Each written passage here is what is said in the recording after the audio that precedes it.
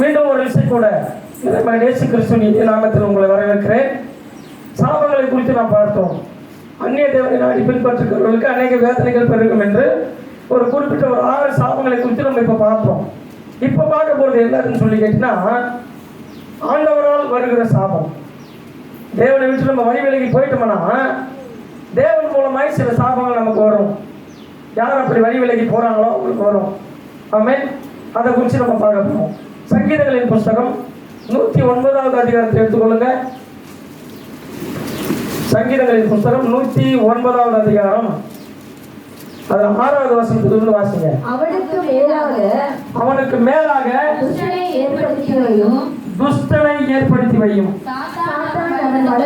சாத்தான் அவன் வலது பக்கத்தில் நிற்பானாக. எவ்வளவு ஒரு கான்செப்ட். ஆமென். கேக்குறீங்களா? துஷ்டனை ஏற்படுத்துவார், அதாவது துஷ்டனை ஏற்படுத்தி வையும். அல்லேலூயா. திரும்ப ஒரு விஷயம் வாசிமா அந்த வசனத்தை. அவனுக்கு மேலாக துஷ்டனை ஏற்படுத்தி வையும். சாத்தான் அவன் வலது பக்கத்தில் நிற்பானாக. துஷ்டத்தனமான காரியங்கள் அந்த குடும்பத்தில் நடக்கும். துணிகரமான சில காரியங்கள் குடும்பத்தில் நடக்கும். துணிகரமான சண்டைகள், துணிகரமான ஆபத்துக்கள், இப்படிப்பட்ட சூழ்நிலைகள்லாம் வரும். பயப்படுகிறதான சில சூழ்நிலைகள் வரும். அப்ப துஷ்டனை ஏற்படுத்தி வை. சாத்தான் அவன் வலது பக்கத்தில் நிற்பானாக. ஆமென். நம்ம பக்கத்தில் யார் இருக்கு? நிற்கணும். நமக்கென்று ஒரு தேவதூதர் நியமிக்கப்பட்டிருக்கிறாங்க. கரெக்டா? நமக்குள்ள ஏசப்பா இருக்கிறாரு. நம்மை கண்காணிக்கிறதுக்கு ஒரு தேவதூதர் வச்சிருக்கிறாரு. ஆமென். இந்த சிறியரில் ஒவ்வொருவனுக்கும் ஒரு தேவதூதர் உண்டாக்கப்பட்டிருக்கிறாங்கன்னு சொல்லி வேதம் சொல்லுது மத்தேயுல. அதுபோல நம்மளோட கூட தேவதூதர்கள் நிற்கணும். ஆமென். நமக்குள்ள இயேசுப்பா நினைச்சு நிற்கணும். ஆனா அந்நிய தேவனை நாடி பின்பற்றி போய் இயேசுவை விட்டு ஆமென், கர்த்தரை மறக்கிற எல்லா ஜாதிகளும் கர்த்தரை மறந்து வேற தேவர்களை சேவித்து, ஆமென், வேற கடவுளை உண்டாக்கி, ஏற்கனவே சொன்னது போல சாமி இறங்குறேன் அதே இறங்குறேன் இதே இறங்குறேன்னு சொல்லி சாத்தானை உள்ள இறக்கி கூடு விட்டு கூடு பாய்கின்ற கான்செப்ட் தான். அதெல்லாம் வஞ்சிக்கிற ஆய்வு செய்கிற வேலை. அவனுக்கு தேவை பணம். பணத்தை வாங்கிட்டு எத்தனை நாள் இறக்கி விட்டு போவான். இதுலேயும் பார்த்தோன்னா கிறிஸ்தவர்களுக்குள்ள தான் அப்படி கட்ட காரியங்களை செய்கிற அதிகமாக. ஆமென். ஒரு இடத்துல ஒரு இந்து குடும்பத்தில் கிறிஸ்தவர்கள் தெரியாமல் போய் மாட்டினாங்கன்னு வச்சுக்க, மாட்டப்பட்டாங்கன்னு வச்சுக்க. ஆமென். அவங்க வீட்டில் இருக்கிறவங்களெல்லாம் விட்டுருவாங்க. நான் யாரையும் குறை சொல்லலை, நடக்கிற சத்தியத்தை நான் சொல்லி கொண்டிருக்கிறேன். பூர்வீகமாக கிறிஸ்தவர்களாக இருப்பாங்க. ஏதோ ஒரு சூழ்நிலையில் போய் கல்யாணம் பண்ணிப்பாங்க இந்து குடும்பத்தில். அதெல்லாத்தையும் விட்டுருவாங்க. கிறிஸ்தவ பெண் மேலே, கிறிஸ்தவ பிள்ளைங்க மேலே சாமி இறங்குவாங்க. ஏன்னா சாத்தனுக்கு வேலைன்னா டோட்டலாக கிறிஸ்துவுக்கு வெளியே வந்துடணும். அதை அப்படியே விட்டோம்னா அது அங்கே போய் சுவிசேஷம் சொல்லி அங்கே போய் ஜபம் பண்ணி கொஞ்சம் கொஞ்சமாக இருக்கிறவங்களே கர்த்தருக்குள்ள மாற்றிடும். அதனால முதல்ல சாத்தானுக்குள்ள மாற்றி, இதெல்லாம் பயங்கரமான ஒரு ட்ரிக்ஸ். இதெல்லாம் வெளிப்படையாக யாரும் பேச மாட்டாங்க. ஆமென். பேசணும் பயப்படுறாங்களான்னு தெரியாது. இல்லை ஒருவேளை அவங்களுக்கு தெரியலையான்னு தெரியல. கர்த்தர் எனக்கு சொல்லிக் கொடுத்ததை நான் உங்களுக்கு சொல்லுகிறேன். கேட்கிறதுக்கு காது உள்ளவன் கேட்க கடவுள். ஆமென். இது நான் மற்றவங்களை குற்றப்படுத்துறேன்னு நினைச்சாலும் ஓகே, இல்லை நல்லது தான் சொல்றாரு, சத்தியத்தை தான் சொல்றாரு, மனம் திரும்பினா நல்லதுன்னு சொல்லி நினைச்சாலும் ஓகே. இல்லை ஒருவேளை என்ன தப்பா நினைச்சாலும் எனக்கு அதை பற்றி கவலை இல்லை. ஆனா சொல்ல வேண்டியதை கர்த்தர் சொல்லிட்டா ரத்தப்படி ஏன் மேல வராது. இல்லைன்னா ஏன் சட்டையை பிடிப்பாரு. அதனால என் பையனை நான் தீர்த்து கொள்ள விரும்புகிறேன். சாத்தான் அவன் வலது பக்கத்தில் நிற்பானாக. என்ன அர்த்தம்? இயேசுவை வணங்கி கொண்டிருந்த நீ, ஆமென், சாத்தானை கொண்டு போய் நடுவுட்டில் வச்சு குடுவையில் மஞ்சள் துணி கட்டி வீட்டுக்குள்ளே சாத்தானை வச்சுக்கிறேன்னு அர்த்தம். சாத்தான் அவன் வலது பக்கத்தில் நிற்பானாக. அப்ப எங்கிருந்து ஆசீர்வாதம் வரும்? நீ கர்த்தருடைய பிள்ளை, நீ ஒரு கிறிஸ்தவ சந்ததி, ஆனா நீ செய்வது ராங்கான கான்செப்ட். அப்ப தேவன் எப்படி ஆசீர்வதிப்பாரு? அப்ப தேவன் எப்படி கூட இருப்பாரு?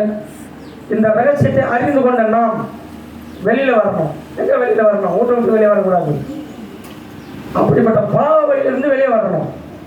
அந்த சாபக்கட்டை உடைக்கிறதுக்காக தான் அப்பா இன்னைக்கு இந்த சத்தியத்தை நம்ம நமக்கு போதித்துக் கொண்டிருக்கிறார். அல்லேலூயா.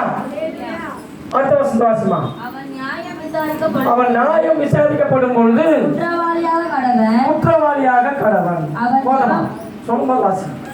நியாயம் விசாரிக்கும் போது ஏதோ ஒரு வழக்கு போடுறாங்க, ஏதோ ஒரு பிரச்சனை வருது, ஏதோ ஒரு போராட்டங்கள் வருது, அங்கே போய் ஒரு சில சண்டைகள் வருது, ஏதோ ஒரு சூழ்நிலை, அப்போ அங்கே போய் விசாரிக்கிறாங்க. நியாயம் விசாரிக்கும் போது அவன் குற்றவாளியாக கடவன். அவன் குற்றவாளியாகிறார். அப்பா அல்லேலூயா. அடுத்த வசனம் வாசிமா. அவன் நாட்கள் கொஞ்சமாக கடவுதுன்னா என்ன அர்த்தம் தெரியுமா? சரி, கரங்களை தட்டி கத்தோடு நமக்கு பயன்படுத்தலாமா? அவனோட ஆயுஷ் நாட்கள் குறைச்சு போகுதுன்னு அர்த்தம். அவன் எப்போ ஆயுஷ் நாட்கள் குறையுது? அந்நிய தேவர்களை நாடி பின்பற்றி போகிறவர்களுக்கு அநேக வேதனைகள் பெருகும். அதில் ஒரு சாபம் இள வயதில் மரணம். அவன் இள வயதில் மரணம் அப்படின்னா என்ன எக்ஸ்பிளைன் பண்ணுறேன். மனுஷனுடைய ஆயுஷ் நாட்கள் 70 வருஷம், பலத்தின் மீது தான் 80 வருஷம். 70 வருஷத்துக்குள்ள 70 வயசுக்குள்ள படிச்சுட்டாங்கன்னா அது இள வயதில் மரணம் என்கிற சாபம். இன்னைக்கு நிறைய பேர் பார்த்தோன்னா இந்த இள வயதில் மரணம் என்ற சாபத்தை எதிராக வருதுன்னா பெரும்பாலும் ஹார்ட் அட்டாக் தான் வருது. ஆமென். இதெல்லாம் அந்நிய தேவனை நாடி பின்பற்றி போகிறவர்களுக்கு வருகிற தண்டனைகள், வேதனைகள். இயேசுவை விட்டு வழி விலகி போகிறவர்களுக்கு வருகிற தண்டனைகள். ஆனால் கர்த்தர் யாரை அதிகமாக நேசிக்கிறாரோ, யாரை அதிகமாக விரும்புகிறாரோ, யாரை முன்குறிச்சிருக்கிறாரோ அவங்களெல்லாம் ஏதாவது ஒரு ரூட்டு கொடுத்து காப்பாற்றிடுவார். ஆமென். இதுதான் நம்முடைய ஸ்பெஷாலிட்டி. அல்லேலூயா. சர்வ வல்லமையுள்ள தேவன் யாரை முன்குறிச்சி வச்சிருக்கிறாரோ, எந்த குடும்பத்தில் எந்த நபரை முன்குறிச்சி வச்சுக்கிறாரோ ஒரு குடும்பத்தில் ஒருத்தர் முதல்ல தெரிஞ்சுக்குவாரு. ஆமென். ஒரு பெரிய குடும்பம் இருக்கும், அந்த குடும்பத்தில் முதல்ல ஒருத்தர் தெரிஞ்சுப்பாரு. அது சின்னவங்களோ இல்லை நடுத்தர வயசோ இல்லை பெரியவங்களோ ஒருத்தர் தெரிஞ்சுக்கிட்டு அந்த ஒருத்தர் மூலமா அப்படியே தன்னோட குடும்பத்தை சுற்றி சுற்றி வந்து அப்படியே மீட்டெடுத்து சபையில கொண்டு வந்து வச்சு சத்தியத்தில் நடத்தி பர்ஃபெக்டாக மாற்றிடுவாரு. அப்படிப்பட்ட நல்ல தேவனை நாம் ஆராய்ச்சித்துக் கொண்டிருக்கிறோம். ஆமென்.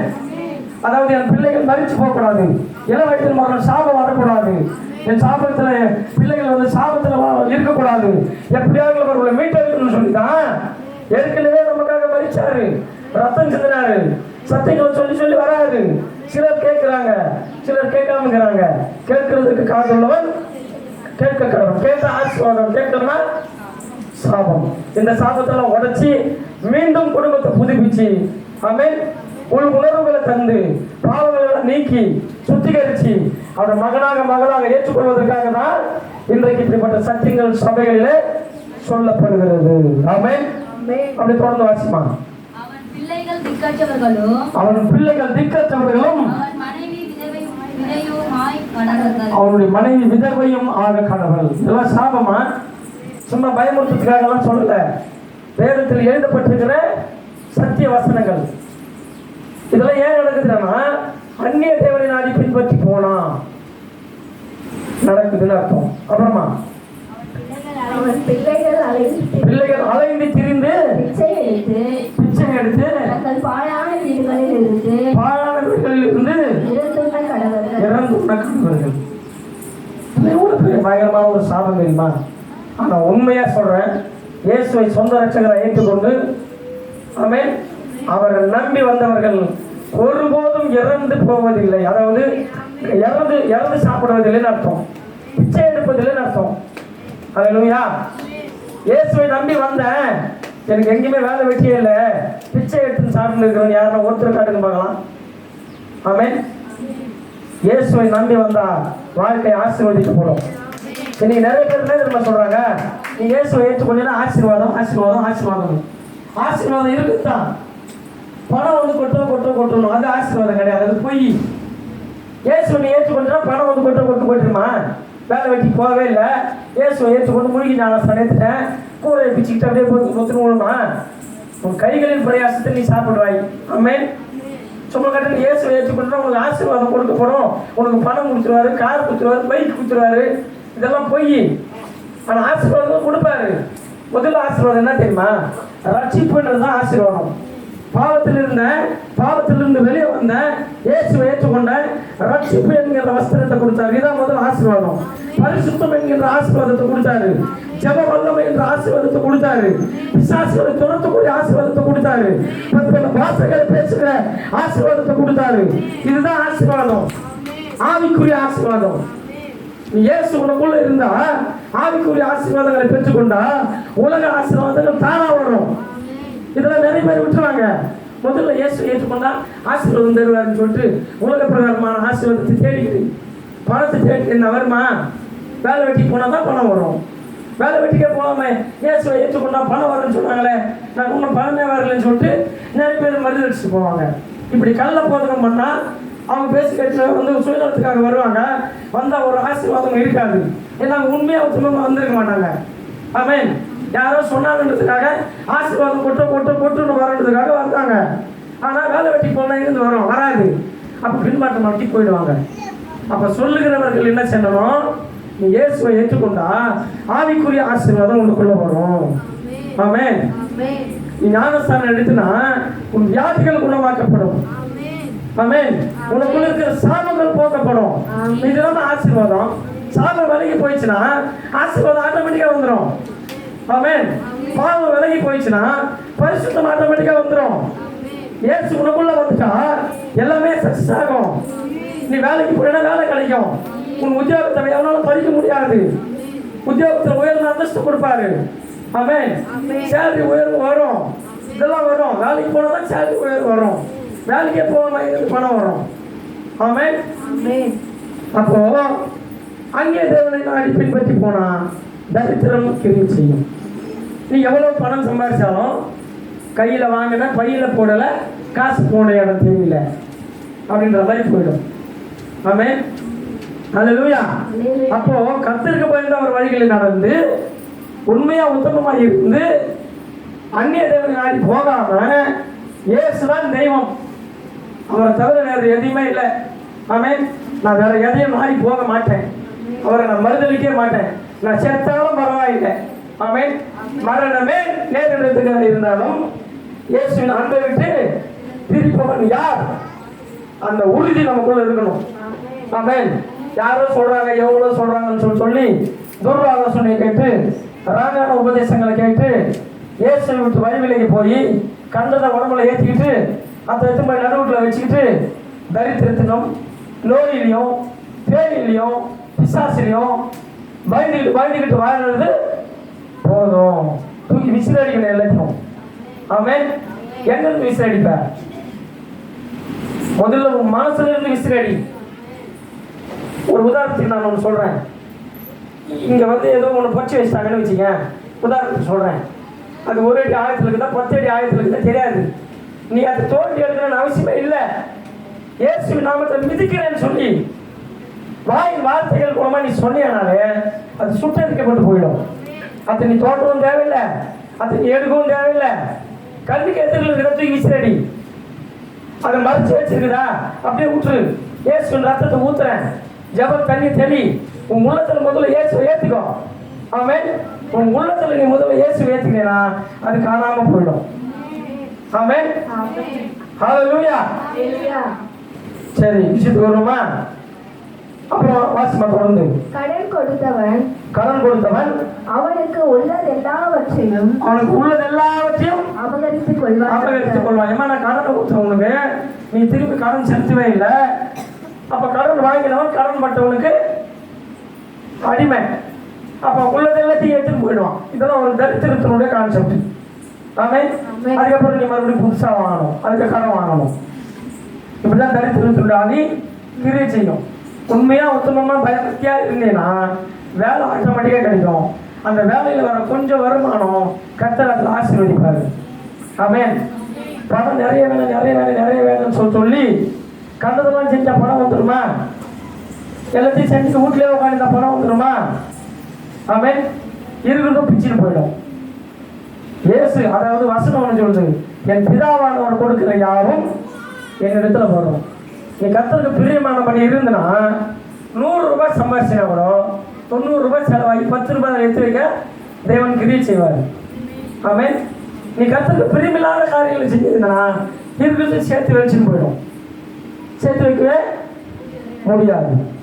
அடுத்தது வாசமா அவன் பிரயாசத்தின் பலனை ஆ அந்நியர் பறித்துக் கொள்வார்கள். அந்நியர் பறித்து கொள்வார்கள். அதாவது இப்போ வேலை வந்து ஒரு சில சமயத்தில் வேலை கூட பறி போயிடும். நல்ல உயர்ந்த உத்தியோகத்தில் இருப்பாங்க, நல்லா பர்ஃபெக்டாக இருப்பாங்க, அவங்க தான் வந்து ஹீரோவாக இருப்பாங்க. டக்குன்னு பசுக்குன்னு வேலை போயிடும். ஆமென். காரணம் என்னன்னா தேவனோட கோபாக்கினை. ஆமென். ஆமென். சரி, இதுபோல நிறைய உண்டு. இந்த சாபங்கள் எல்லாம் முறியடிக்கப்படணும்னா டைம் ஆயிடுச்சு. ஒரே ஒரு சப்ஜெக்ட் பார்த்து சொல்லிட்டு நான் முடிக்கிறேன். முக்கியமான சொல்யூஷன் என்ன அப்படின்றத மட்டும் நான் சொல்லி முடிக்கிறேன். இல்லைன்னா அந்த சப்ஜெக்ட் வச்சு வேஸ்ட்டாக போயிடும். ஆமென். இந்த சாபங்கள் முறியடிக்கப்பட வேண்டும் என்றால் இயேசு கிறிஸ்துவை உள்ளத்தில் சொந்த ரட்சகராக ஏற்றுக்கொள்ளணும். ஆமென். ஏசப்பா, இது வரைக்கும் நான் உங்களிடத்தில் முழு இருதயத்தையும் தரல, இல்லை என்னுடைய முழு இருதயத்தோடு கூட நான் ஏற்றுக்கொள்ளலை, நீங்கள் தான் தெய்வம் என்று சொல்லி நான் நம்பலை, 10-11 இருந்துட்டேன்.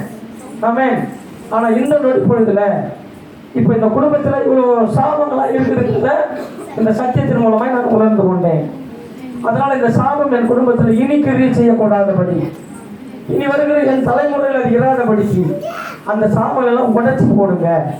நான் என்ன செய்யணும் அப்படின்னு சொல்லி அப்பா கிட்ட கேட்கும்பொழுது அவர் ஆலோசனை கொடுப்பாரு. இந்த பாவங்களும் இந்த சாபங்களும் முறியடிக்கப்படணும். ஏசப்பா அந்த சாபத்தெல்லாம் முறியடிச்சுட்டு நம்மளை பர்ஃபெக்டாக விடுதலையோடு கூட வாழ வைக்கணும்னா அவன் ஏசப்பாவை முழு ரட்சகரை சொந்த ரட்சகரை ஏற்றுக்கொண்டு என் உள்ளத்துக்குள்ளே வாங்கினாடி என்னுடைய ஆதி ஆத்மா சரீரம் முழுதும் உங்ககிட்ட தரேன்னு சொல்லி உள்ளத்தை ஏசப்பா கிட்ட கொடுத்துட்டு கண்ட கசமாலாம் உள்ள இருக்குது பாரு, அதெல்லாம் தூக்கி விசிக்கடாச்சிட்டு ஏசப்பா என் முழு இருதயத்தோடும் என் முழு பலத்தோடும் என் முழு ஆத்மாவோடும் உம்மிடத்தில் அன்பு கொள்கிறேன். இது வரைக்கும் வேறே ஆண்டவர்மார் எங்களை ஆளுகை செய்து கொண்டிருந்தார்கள். இந்த நொடிப்பொழுதிலிருந்து நீங்க எனக்குள்ள வாங்க, நீங்க மட்டும் வந்து என்ன ஆளுகை செய்யுங்க. நீங்க தான் என்னுடைய தெய்வம், நீங்க தான் என்னுடைய குலசாமி, நீங்க தான் என்னுடைய ரட்சகர், நீங்க தான் என்னுடைய பரிகாரி என்று சொல்லி எனக்குள்ள வாங்க அப்படின்னு சொல்லி இப்போ முழு இருதயத்தோடு இயேசு உள்ளத்தில் ஏற்றுக்கொண்டா இப்பவே விடுதலை கொடுப்பார். அப்பா அல்லேலூயா. அதுக்கு என்ன செய்யணும் அப்படின்னு சொன்னா பாவங்களை அறிக்கை செய்யணும். ஆமென்.